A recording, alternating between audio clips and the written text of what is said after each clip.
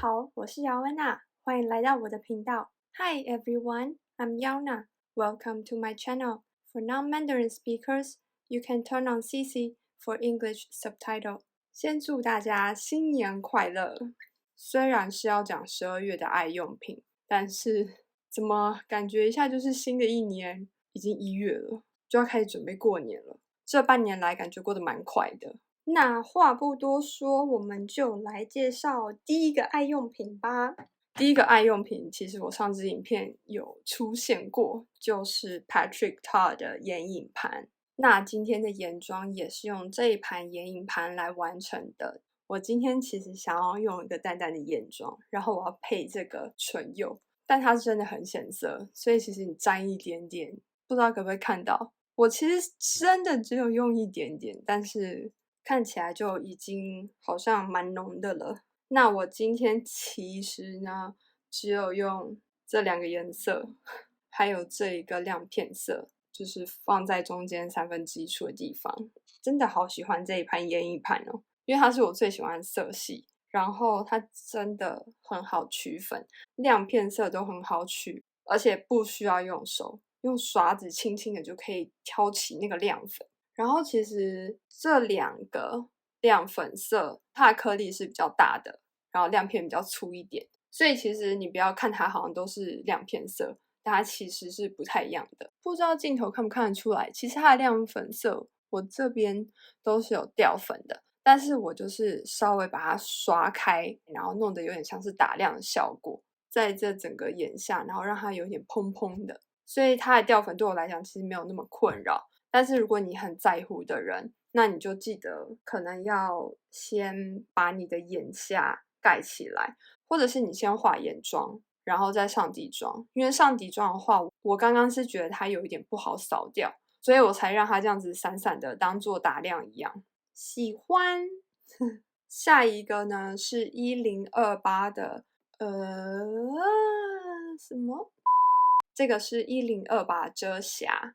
我是看别人影片被烧到的，然后我买的色号是120裸肤色，这个肤色是很接近我的肤色，怎么都在讲肤色，所以我是把它用在眼下鼻翼的地方。它另外一个是110吗？因为如果你一下就用太白的遮黑眼圈的话，就会很容易看起来脏脏的。所以我才选一个最接近我肤色的遮瑕来遮我眼下。它比 NARS 再水一点，还蛮好用的，用量也很省。我有看一个，反正也是 YouTuber 的影片，然后他也是跟我一样，这边你可以看到这边有一道黑黑的，就是画完底妆之后，这边还是会有一道黑黑的，莫名其妙诶，我2边都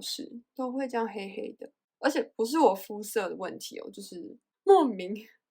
所以我也会拿这个1028的来把这边遮一下。但其实我没有非常喜欢它，就压头进去的时候会有一个弹簧的阻力，因为我就是在试用的时候，我不知道为什么是我的问题吧，就是它有一点喷出来。但是整体用下来，我很喜欢它的颜色，因为它不会太黄，也不会太白。很适合各式肤色的人，然后也很遮，可以去药妆店试擦看看。我在用试用品的话，我就是先把它勾一坨在手上，我就直接在药妆店直接上到我的眼下。我应该还会想要入手再深一阶的颜色来当修容，还有遮痘痘。那下一个呢，我又买了一个 Himi 的腮红。这个腮红我买的是一个热麦色10号 Honey Beige。如果我连续很多天都湿淡的话，我这边都会泛红。然后我又喜欢收集偏红色的腮红，偏橘跟偏红的话，我都喜欢收集偏红的。所以每次我可能化完一个妆啊，遮瑕都遮好之后，我就会用我平常惯用的色系。就会变成我刚刚那些都白遮啦，因为会看起来真的很像泛红。我觉得我肤色没有很白，但是一上那个偏粉红色的腮红，就立刻超像过敏的泛红。因为我看一个彩妆师的影片，反正就在彩妆师影片底下留言啊，然后他就说，那你要使用偏橘色的。我是一个没有办法使用橘色的人，因为会看起来我的皮肤是脏脏的。然后我就想说啊，那不如我就来试用看看现在很流行的奶茶色，所以我才买了这个奶茶色，我觉得非常适合。我今天就是用它，终于看起来没有那么像泛红了。我怎么这么晚才发现这个东西呢？那下一个是 Make Up Forever 的 HD 蜜粉饼。上支影片我也有边画边跟大家讲说我很喜欢这个蜜粉饼，因为它不像散粉一样，你就是要很小心那个粉不会撒得到处都是啊。因为像我就是喜欢这样子，然后这样弄在粉扑上，或者是撒一点出来。有些人是喜欢这样子倒来那个盖子上，那我就不喜欢那样，我觉得就是无法控制的量，又无法倒回去。然后我就买了这个蜜粉饼，在画的时候你就是这样子，它也不会飞粉，你也不用担心说它是粉会乱撒，你就是这样子，然后这样子，真的不用思考的，就是画在你的脸上。难怪我那时候看评价的时候，很多人都说可以用到铁片凹，因为这真的就是你就是一直这样子，然后这样子，这样子，这样子，就真的很方便。那下一项的话可能会讲的比较久，就是我想要来帮我上支影片 Case 的眼影来平反一下，因为我上支影片我在画眼妆的时候，我就变得非常没有耐心，因为我就觉得很吵，因为外面很吵的时候，我不想要收音收进来，所以我就会这样子，然后等大家都走掉了，那个机车声都过了之后，然后再继续画我的眼影，我就觉得今天到底是想要我怎样的感觉，所以那时候我就觉得不好取粉。平常如果用这种很显色的话，我就是这样沾一下，然后我就可以画。然后但是 Kate 的感觉就是需要这样子多磨几下，然后再画到眼睛上。那时候我就觉得，好了没这样子。所以我后来呢，隔天我就在好好的在用了 Kate 他们，就有一些不同的心得。那我先来讲，就是我手边总共有10个颜色，是5个雾面色。我现在的排放就是深到浅。我发现它的雾面色上起来不是那种会非常非常雾到不行的，它的雾面色是很美的那种丝绒感，是丝绒感嘛，就是会看起来有点亮亮的，然后柔柔的感觉。这5个雾面色的质地都有一点点不太一样，不知道看不看得出来哦。这个浅的看起来就是有一点点亮亮的，对不对？这个看起来就是真的很雾面。我傻了吗？我买了这2个，可以看出来一个偏比较粉红，一个偏比较土一点。我到底买这2个很像的颜色，然后你看放在我的脸上，就跟我肤色一样啊，就真的有点不太能用。但是其实它们2个就是很美的颜色，可以先在眼皮上打底。然后其实我也是非常喜欢这个，它就是一个灰紫色。我上次上的时候就说啊，怎么看起来有点脏脏的啊？我其实觉得这个颜色很美啦，就是我觉得可能要再配深一阶的紫色，才可以平衡掉那个脏脏的感觉。因为其实紫色用得好的话，是很衬肤色的，是很显白的。我那一天就把它配不同的眼影，上起来就很好看。然后再来就是这一个，然后可以拿来修鼻影，我觉得很方便。然后眼窝色啊，如果你开心的话，你也可以把它拿来当修容。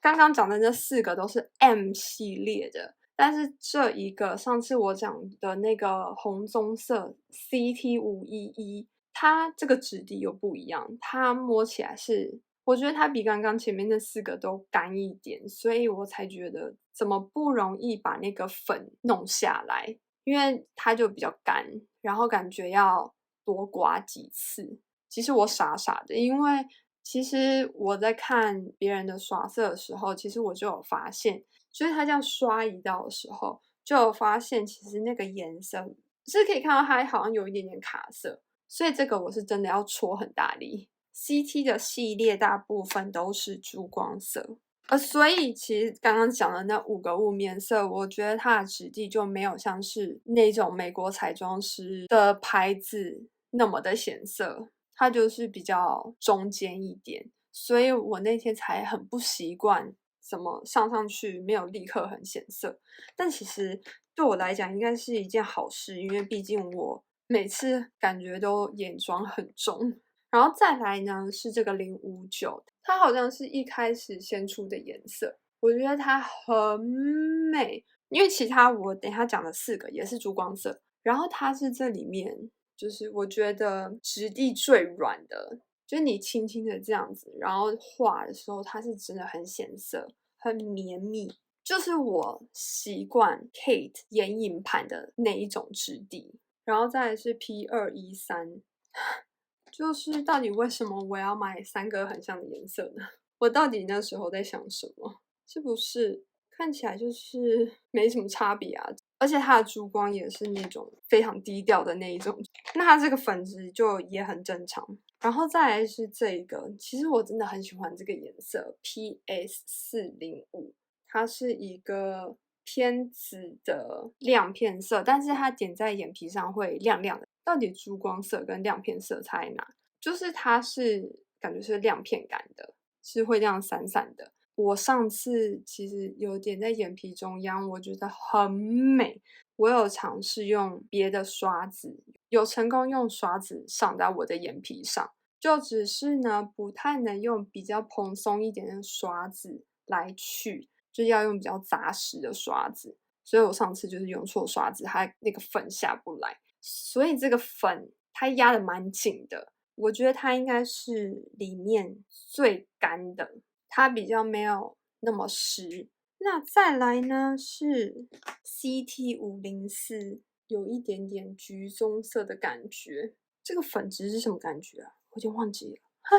然后其实我上次有讲说，哦，我有用 G311这个颜色，但是我没有讲说，其实我也很喜欢它，它有一点点那种胡萝卜色的感觉。它这个颜色就也是珠光，我觉得它也是非常好取粉，然后颜色很美。然后因为其中有几个我是在 Momo 买的，Momo 买4个就有送这个4个眼影盘，所以我还在想说哪4个人要进到这个眼影盘呢？化妆的时候一个一个这样子把它打开是真的蛮不方便的，所以我会再找时间把它们放到空的眼影盘里面，我最想要常用的颜色吧。那再来是一个护发乳，它是多芬的强韧双精粹护发精华。我之前去别人家玩的时候，我有用过他们最一般的那种护发乳，但其实我有一点惊艳，因为在欧洲很干，居然我洗完头不是干的，我就觉得哦，好像不错哦。我回来台湾之后，其实我想要尝试的是不是欧洲买到的牌子，所以我才去买爱丽丝。因为我之前影片有介绍过，我也蛮喜欢那一罐，但是这一罐我觉得它蛮适合冬天的，真的是蛮适合发尾干的人，因为它我觉得蛮滋润的，而且其实台湾水质对头发比较友善，所以其实我用完它之后，我就不会再用免冲洗的了。现在好像有好几个牌子有出这种双管的，而且它这个很好，我喜欢它这样子，它是2个盖子，所以它是2个出口。你开心的话，你可以2个都打开，然后它这边又是一个按压键，你可以一起就把它挤出来。但是如果你觉得啊不行，你是喜欢对称的人，那你就可以自行一次挤1个，挤到你觉得量是一样对等的。而且它边边这边你可以看到你用了多少，所以它其实不是完全遮住的。我一开始没有注意到，它其实很香，所以如果你不喜欢太香的人，那可能不适合你。如果你是喜欢护发乳的味道会在你头发上待很久很久的人，那这个我觉得可以。我喜欢它的味道，而且我觉得它这个用量也蛮省的，你不用挤很多才觉得有那种滋润感，所以我觉得还不错，推荐给你们。那再来就是真的是在12月的最后几天，我去百货公司拿了这个植村秀的保湿持色双拼盒体验组，然后就是这样子打开来，盒子打开，它里面就是给你4个，2个是它的轻粉底，这2个是不同色号试用包，然后给你一个肤色的保湿妆前乳，跟一个紫色的保湿妆前乳，还不错耶。因为我今天的粉底也是用植村秀的轻粉底，我觉得蛮吃妆的。我刚刚有戴口罩，然后我又吃了盐酥鸡，就是吃完盐酥鸡通常会保油的感觉，但没有我觉得我的底妆还是干干的，所以我觉得还不错，可以撑住那个保油。然后蜜粉也是用 HD 蜜粉饼上的，没有斑驳它的体验组你可以自己选择，你要去百货公司自取，或是你可以选择付100块寄到你家。当然去百货公司就有风险，他送完就不给了，然后你也没有办法再去申请说那可不可以寄到家里。但他还送一张消费好礼，就是你必须要买底妆，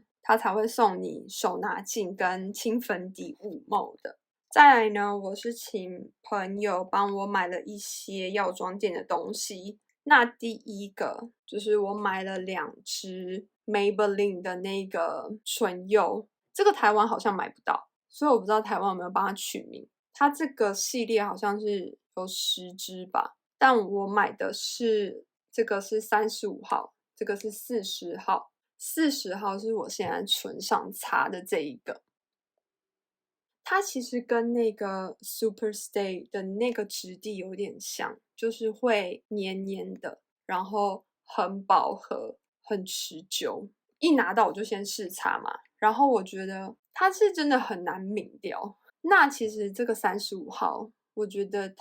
我有点买太浅了，因为它比较适合肤色白的人，不然就是你要化底妆，不然会看起来嘴唇没气色。比较不适合黄皮肤的亚洲人，因为有些唇膏是你擦上去会觉得提亮气色的感觉，但是它这个是你要化底妆才有办法看起来气色很好。然后这个颜色就是很像中毒色，一个偏紫的颜色，我很喜欢，我就喜欢这种怪异的颜色。我觉得我今天画不错，因为我刚刚有先用唇线笔把框描好，也是这种中毒的莓果色，然后再上它，我觉得哇，好刚好，很好看，而且很持久。就是如果你们用过 Superstay 的话，那你就大概就知道它的质地就是差不多那样。然后再来呢，我买的是，我其实很想要尝试看看那个 Paradise 的这一个睫毛膏，而且它就是药妆店呢，通常会看到这种组合包，就是它会一个睫毛膏，然后配一个眼线笔啊，或者是配眼影，不是那种不实用的组合。那这一组的话，它就是配睫毛膏跟眼线笔。然后睫毛膏我买的是，它没有写它是防水的，但是其实我觉得莱雅的睫毛膏都蛮防水的，比较不会晕。这一支好像我一直以为台湾有，但台湾买不到的样子。但它的刷头不适合睫毛短的人，因为你看它多大，是不是很胖？所以如果你睫毛短的人比较不适合。因为我看过别人的影片啊，它有一系列的评比，我觉得超厉害的。然后它的评价很好，但是它有一个缺点，它真的比较不适合亚洲人的睫毛，因为亚洲人的睫毛比较短，比较容易这样子方向长的，不是这样子，所以它擦上去你要很小心，就是它会有可能会塌下来，所以你不能随便刷刷它就会塌下来，所以你一开始睫毛要夹得很好。然后它的膏体比较干一点，我个人比较喜欢干一点的膏体，因为我的睫毛如果它太湿的话，我就要一直这样子，因为如果我睁开眼，那个睫毛就会粘到我的眼皮上，就这样子的时候，它会粘到我的眼皮上，所以我就觉得很烦，就会弄脏。但它膏体比较干一点，比较不会到处乱晕。然后它真的也比较不容易结块，也很根根分明。因为我不喜欢把睫毛夹成一束一束的，我觉得那样子看起来很多孔洞，看起来睫毛很不浓密。我喜欢它这种梳上去，会觉得睫毛好像看起来很多很浓密的感觉。然后它附赠的这一个是眼线胶笔，是那个 Infallible 系列的，就是那个红罐的粉底液那系列的。我超级久没有用眼线胶笔的，然后我很喜欢它的眼线胶笔，是因为它很滑顺、很绵密，然后重点是它很黑，我觉得它非常适合拿来画在那个内眼线，但是你可能不能那么快眨眼啦，就是稍微等它干一点再眨眼，不然会有一点点晕到眼下。有些眼线胶笔可能会太干，然后你画内眼线的时候会很不容易均匀，但它这个就是很软，你就是这样轻轻的一点点，它就很黑。那接下来再介绍一个牙刷，因为越来越多人使用电动牙刷了。因为牙刷其实你不能那么久不换，虽然你可能会觉得啊，可是我的刷头还很好啊，还没有爆，但它里面会积纳很多细菌，所以还是要常常换刷头。但是你可能不想要买原厂的刷头，因为它其实蛮贵的，在欧洲应该是要一组4个，大概要10欧吧，好像是。因为我都不买原厂刷头，因为药妆店他们自己也有出可以相容的刷头，就是德国2个大的药妆店都有出，价钱就是一半，但它刷头就用起来的感觉就没有像原厂的那么好。因为原厂我是用那个 sensitive， 就是最软的那个刷头，那个刷头刷起来真的好舒服。我是一个刷毛要选择软的人，我不能用中的或嘴硬，我觉得那个刷下来我的牙龈超痛的，就是我要用软刷头。那原厂的软真的是很好用，但是我就觉得一般刷头其实也清得很干净，也没有什么不行，所以我就买了它这个最一般的，就是 Active Clean， 可以清干净的，然后它里面是4个。可是它这个呢是给最基本款的。我后来发现 Oral-B 他们有比较高阶的电动牙刷，然后那个是一个什么磁吸式的吧，那个刷头就真的蛮贵的，这一个刷头是不能用的。不好意思，我的牙刷可能看起来有点黄，你要买这种1根的，就是这样子1根的，然后放进去这样子。如果你是那种很高阶啊，什么有萤幕啊，可以接 app， 然后那个是磁吸式的刷头，那这个就不能用。但它这个刷头我觉得也还不错啦，因为你就是轻轻的放在牙齿上刷嘛，所以我就是一直在回购，哪一家有特价我就买哪一家的。再来是2个保健食品，它其实是同一个东西啦，它们是褪黑激素，它这个是药丸的，然后呢这个呢，它现在有出这种喷雾的，我觉得很可爱，就是喷在嘴巴里面这样子。但是呢，台湾褪黑激素好像不是一般的保健食品，好像不是你随便就可以买到的。但是在德国，褪黑激素是保健食品，你在一般药局啊、药妆店、卖场有卖保健食品的架上都可以买得到。然后它有不同的剂量，这个真的是我睡不着的时候我就会吃，因为睡不着真的很痛苦，真的是可能已经翻身翻到4点，真的睡不着的时候，我就会吃1颗这样子。但是其实我一开始不知道褪黑激素是会成瘾的，以为它就是保健食品啊，不会有成瘾的问题。真的，我有一次连续可能吃了5天吧，我觉得睡眠品质真的不错。但是我去朋友家，然后睡在朋友家的时候，就发现我靠，完全睡不着我真的是躺到已经要快要天亮的时候，觉得自己好清醒哦，所以我才发现原来不能这样子每天吃。我刚才讲错了，它会有依赖性，你会习惯，就是你要吃那个才睡得着。但是如果你是偶尔真的睡不着，吃1颗是没有关系的。但是我觉得你吃的时机点不能太晚，不能是说你之后可能只能睡5-6个小时，你就要起来，那你会觉得有一点精神不太好。对，所以就是你吃的时机点，你不能快接近天亮的时候再吃，因为毕竟褪黑激素是晚上天黑的时候它才会释出的东西嘛。虽然我推荐你们这个保健食品，但是呢，毕竟它会有依赖性，它不会像安眠药一样会半颗啊变成1颗，变成2颗，变成3颗这样子，它不会这样子，但是你会依赖，所以它就是你真的有需要的时候再吃。介绍这个应该没有关系吧？我不知道台湾法规是怎么样的，对我来讲是一个很平常的东西。那今天影片就到这里，希望你们喜欢。最后一样宣导善用环境友善的产品，跟确实回收。如果你不喜欢的东西不想要继续用的话，可以送人、捐给弱势团体、上网拍卖或是义卖。如果你喜欢我的影片，想支持我的话，请帮我按赞、分享、加订阅。那我们下个礼拜见。